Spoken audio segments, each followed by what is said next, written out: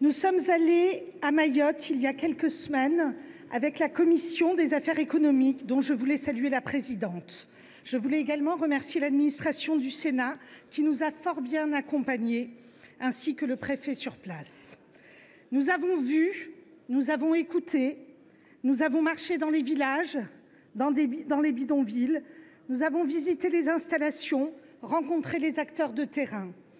Chacun en a tiré sa propre analyse, mais nous avons toutes et tous vu un territoire en crise, un défi de grande ampleur à relever. Et pour ma part, je veux vous dire une chose, trop peu de dispositions dans ce texte répondent à l'ampleur du défi. On parle de refondation, mais où est-elle? Crise de l'eau, crise de l'école, crise de l'habitat, crise de la République. Quelles sont les réponses à la hauteur de ces enjeux? L'eau d'abord.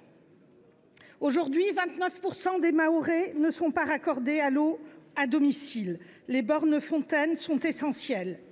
À Mayotte, le service d'eau est interrompu, 36 heures avec, 36 heures sans.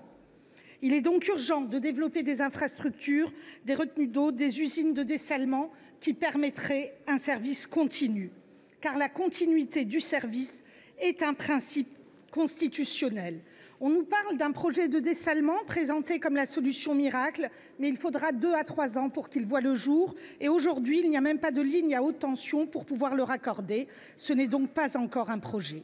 Que dire de l'impact environnemental? L'usine serait implantée dans le lagon, au cœur d'un joyau de biodiversité. Les rejets de saumure bouleverseront un écosystème unique, coraux, mangroves, herbiers.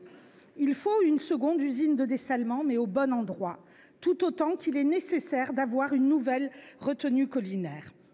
Il faut en fait un véritable plan d'urgence pour l'eau afin de respecter le principe d'égalité.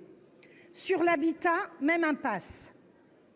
Ce que nous avons vu, des bidonvilles en pente, des chemins en tôle, des espaces sans voirie construits sur des sols instables. Et ce texte, que fait-il? Il renforce les pouvoirs de la police contre les habitats informels. Il veut les détruire, comme si le cyclone Chido ne l'avait pas déjà fait, avec une efficacité bien plus grande que celle de n'importe quelle police au monde. Conclusion, tout a été reconstruit à l'identique. Dans ce texte, il n'y a rien sur l'aménagement, rien sur le relogement digne, rien sur le logement social. On détruit, mais on ne construit pas. C'est une impasse sociale et urbaine. Il faut un plan de résorption de l'habitat insalubre, des toitures sécurisées, des ruelles éclairées, des latrines dignes, des sols stabilisés et pas nécessairement des bulldozers. Quant à l'éducation, elle est au bord du gouffre. 1200 classes manquent. Ce n'est pas nouveau, ce n'est pas une surprise. On connaît les chiffres, on connaît les besoins. Et que prévoit le texte? La fin de la rotation scolaire en 2031, tout comme d'ailleurs la convergence sociale. C'est bien trop tard, bien trop vague et sans plan d'investissement. L'attractivité du territoire, le texte mise sur des exonérations fiscales et des primes pour les fonctionnaires. Avec toutes ces exonérations, on risque d'abord et avant tout un effet d'aubaine et pas du tout un développement structurant. Et soyons clairs, ce n'est pas parce qu'on paiera un fonctionnaire un peu plus cher qu'il viendra si son enfant ne peut pas aller à l'école, si son conjoint ne trouve pas de travail, s'il ne peut pas se loger ou s'il n'est pas prioritaire pour une réaffectation. Et pendant ce temps-là, on durcit la répression. 22 000 expulsions en 2023, un record. Et trop souvent au mépris du droit. Des mineurs renvoyés par simple association avec un adulte pour contourner la loi. Mais le plus choquant, ce sont nos discussions autour de l'article 8 qui prévoit de retirer un titre de séjour à des parents mineurs qui troublent l'ordre public s'ils ont manqué à leurs obligations éducatives. Un dispositif sans précédent, comme l'a dit ma collègue Mélanie Vogel. Elle a rappelé un principe fondamental, la responsabilité pénale est individuelle. On ne peut pas être puni pour des faits que l'on n'a pas commis soi-même. Et la vraie question qui se pose, c'est vous pensez qu'après, il va se passer quoi? On va retirer un titre de séjour aux parents et alors quoi? C'est une mesure de punition, de répression et ce n'est pas une solution acceptable pour nous, groupe écologiste Solidarité et Territoires. Monsieur le ministre, cette mesure ajoute de la peur à la précarité, de l'exclusion à la violence. Est-ce réellement la société que nous voulons ? Pour nous, c'est une ligne rouge. Il n'y a pas de politique d'accueil à Mayotte, pas de centre pour demandeurs d'asile, pas d'allocation pour eux-mêmes, pas de contrat d'intégration, c'est le vide total. Comme l'a dit la Défenseure des droits, on crée une zone d'expérimentation du recul des droits.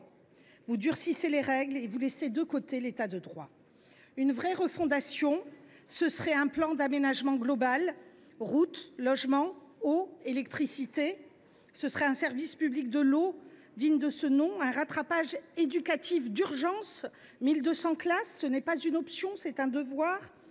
La fin de la territorialisation des titres de séjour, un accompagnement pour les personnes en situation régulière, hébergement, intégration, dignité, une politique écologique à la hauteur de la qualité de la biodiversité de l'île, sur la reforestation, la gestion des déchets, la préservation du lagon.